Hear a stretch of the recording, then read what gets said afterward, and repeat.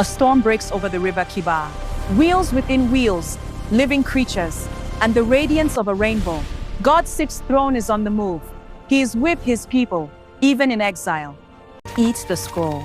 Ezekiel tastes the word. And though it speaks of lament and woe, it is as sweet as honey.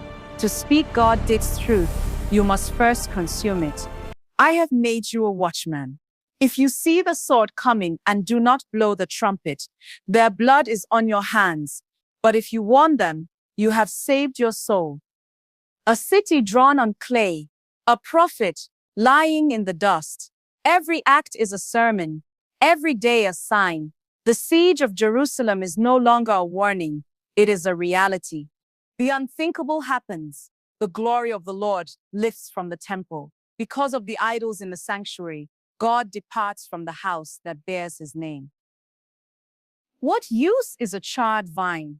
It cannot build and it cannot bear fruit. Jerusalem has become a branch fit only for the fire, unless she returns to her root.